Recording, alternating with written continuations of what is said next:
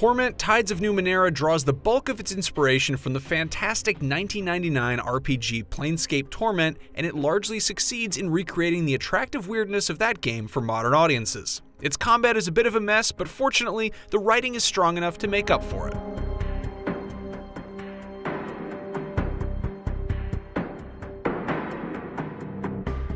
Tides' story is appealing in part because it focuses on a protagonist who's just trying to save themselves rather than the world. It starts with a fascinating premise in that our hero is the discarded vessel of a god who must now make their own way in the world while being hunted by a monster.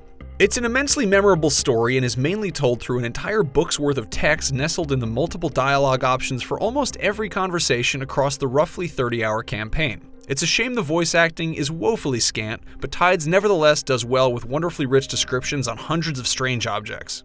Amazingly, these reams of text never really grow boring. In fact, conversations offer so many options that it's sometimes difficult to figure out how to end them. Tides also regularly references names and events from its lore with very little explanation, and I really missed the tooltips with additional information we saw in Tyranny.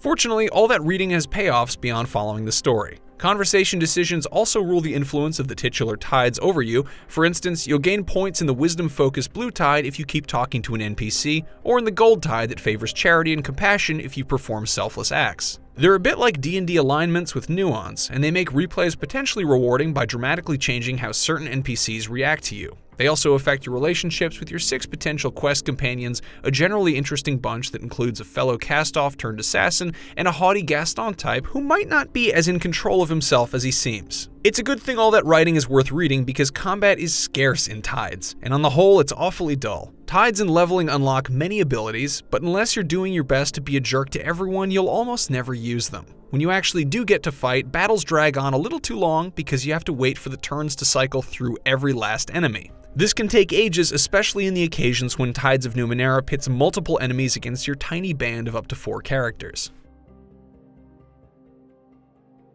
Fighting feels like a punishment, which is somewhat appropriate because part of the fun of Tides is figuring out how to talk your way out of everything, which is possible in almost every situation, and since the wrong words can sometimes lead to a fight, there's a welcome tension during the process of selecting responses. Yet all the talking outside of combat isn't without its own element of strategy. One of Tides' standout features is the effort system, which lets at least one character in the party draw from a pool of stat points every in-game day to add a little boost to the effectiveness of an action, thus overriding possible skill checks.